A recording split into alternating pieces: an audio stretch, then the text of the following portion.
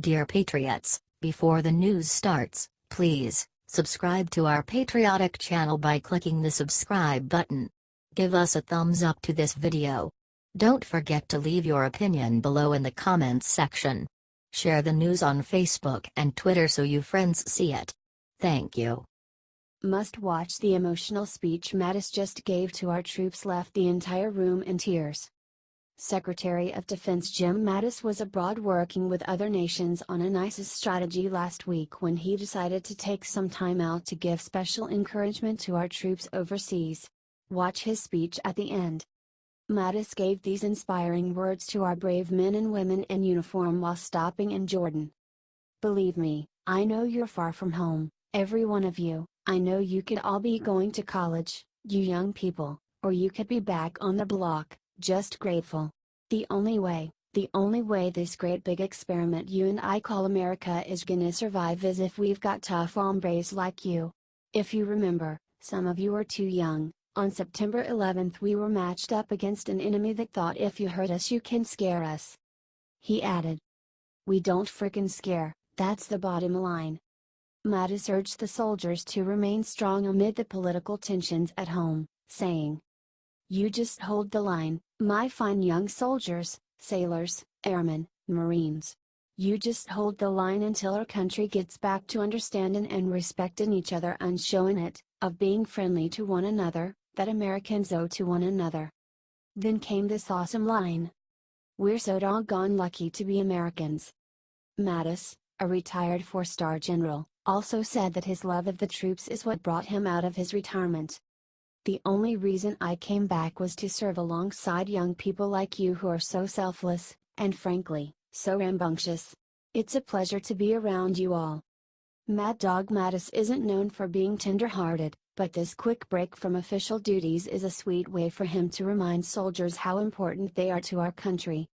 General Mattis really knocked the speech out of the park, and provides a true role model for all Americans. We are very lucky to have him working on our side. Share his message out 10,000 times. We are doggone lucky to be Americans. HT Daily Wire.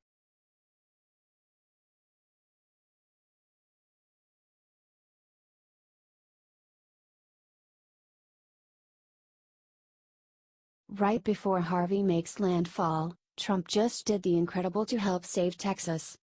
President Trump just signed a disaster proclamation for the state of Texas in wake of Hurricane Harvey, which has just been upgraded to a Category 4 storm.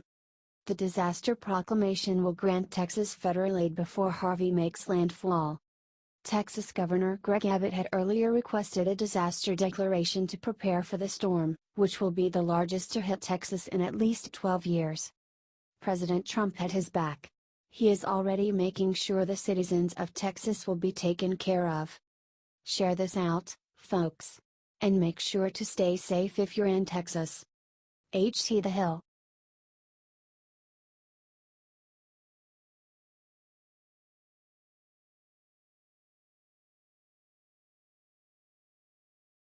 Justice is served. Trump just gave Sheriff Arpaio the greatest gift of his life. President Trump has pardoned former Sheriff Joe Arpaio of Maricopa County, Arizona on Friday. Arpaio was found guilty in July of criminal contempt for imprisoning suspected illegal immigrants while he was sheriff. President Trump hinted that he would pardon Arpaio at his rally in Phoenix on Tuesday, saying, "I'll make a prediction. I think Arpaio's going to be just fine, okay? But I won't pardon him tonight because I don't want to cause any controversy." Is that okay? But Sheriff Joe can feel good. The White House press briefing said Arpaio is a worthy candidate for a presidential pardon, especially due to his more than 50 years of admirable service to our nation. Check out the press release here.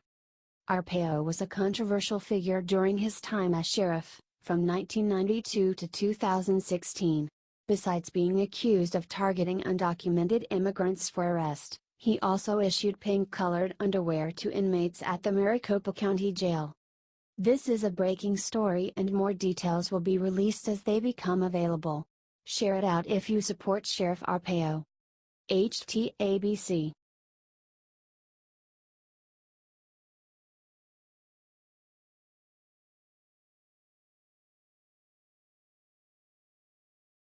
Exposed Trump supporter just brutally attacked by leftist. Then CNN does something sick. Remember how CNN and various politicians on the left are always yammering on about how Republicans are white supremacists and President Trump supports the KKK, despite explicitly condemning them? Well, in their ignorance, they might be surprised to know that many people of color actually are conservative and do support President Trump. Case in point: Trump supporter R.C. Maxwell. Maxwell was at an America First rally in Laguna Beach, California to support President Trump. He was then punched in the face by a white anti-fascist, who was later arrested for assault. Here's what Maxwell has to say about the encounter. If the optics were completely different and I was a Black Lives Matter supporter and I was attacked on the Trump side of a protest, I would be in the spotlight on CNN right now. I went over to the left side to see if I could engage them with dialogue and I was instantly encircled by the so-called anti-fascists. The sicko attacker was unrepentant, saying on Twitter shortly after the attack, "I did it because he would not stop talking about Trump when all of us told him thousands of times we didn't want to hear it. I am not racist. Please arrest me, LMFAO."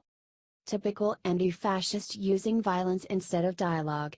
These people are sick in the head, and his victim R.C. Maxwell needs to get the praise and support he deserves for sticking up for his beliefs in the face of violence. Where is the mainstream media reporting on Antifa violence against people of color? Nowhere. What did CNN do? Nothing. It's almost like they don't care if it doesn't suit their leftist political agenda. Sad. CNN might not care about this, but we think people need to know. Let's get R.C. Maxwell's story out there and shame the MSM by sharing 10,000 times. HD Real Clear Politics.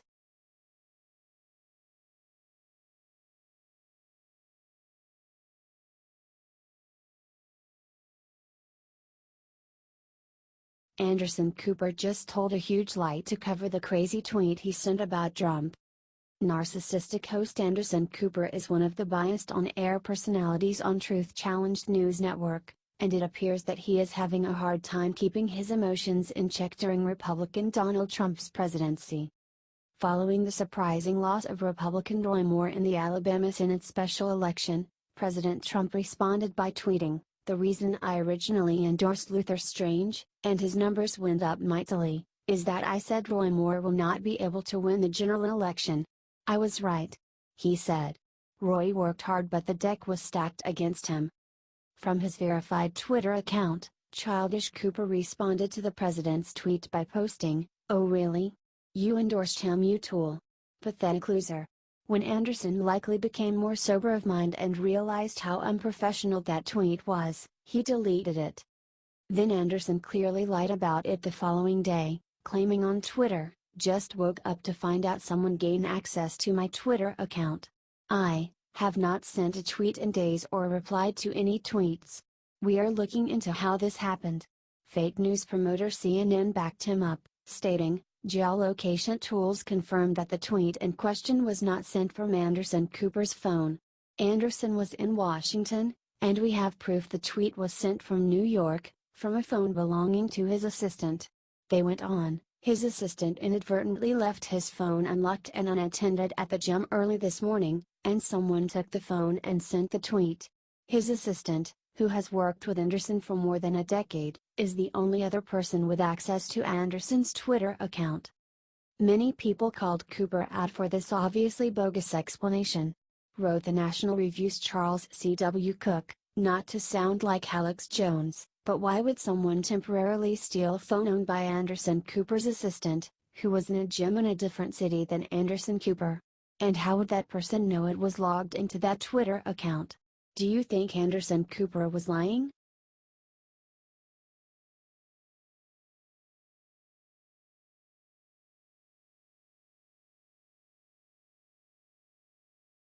Three cheers. Trump just battled Harvey in one big league.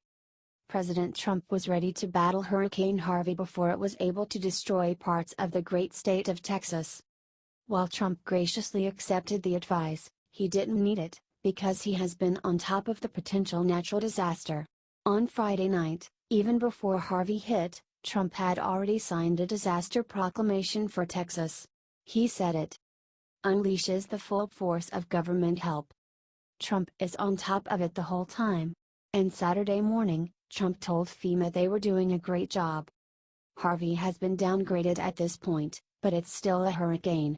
Let's pray for our fellow Americans in Texas.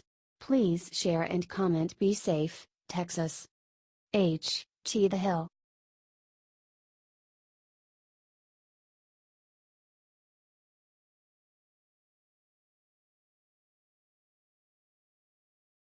Karma time. Protester epically taken down at Trump rally gets even worse karma 2 days later. President Trump's rally in Phoenix on Tuesday attracted the usual fare of violent leftists looking for trouble. None were more iconic, however, than 29-year-old Joshua Stewart Coben, who was caught on video wearing a scary gas mask and kicking a tear gas canister at police in the middle of a riot. The police then hit Coben in the crotch with a non-lethal pepper ball, and he immediately crumpled to the ground. Well, it turns out that there were also less immediate consequences for Coben's misdeeds. Charges for aggravated assault on police, the Daily Caller reports. Police announced on Thursday that Coben was booked for 3 felony counts of aggravated assault on police and 1 misdemeanor for unlawful assembly. Besides kicking the canister in the video, police say Coben also picked up 2 gas canisters and threw them at police. In a local news interview on Wednesday, Coben said, "I don't equate kicking or putting back tear gas canisters as attacking police. I never attacked a police officer." Oh, okay buddy. Whatever you say. I would say kicking canisters at police constitutes an attack, but that's just me. Whatever the case, it's great to finally see some justice for leftist violence against the police. Share it out if you agree. HT Daily Caller.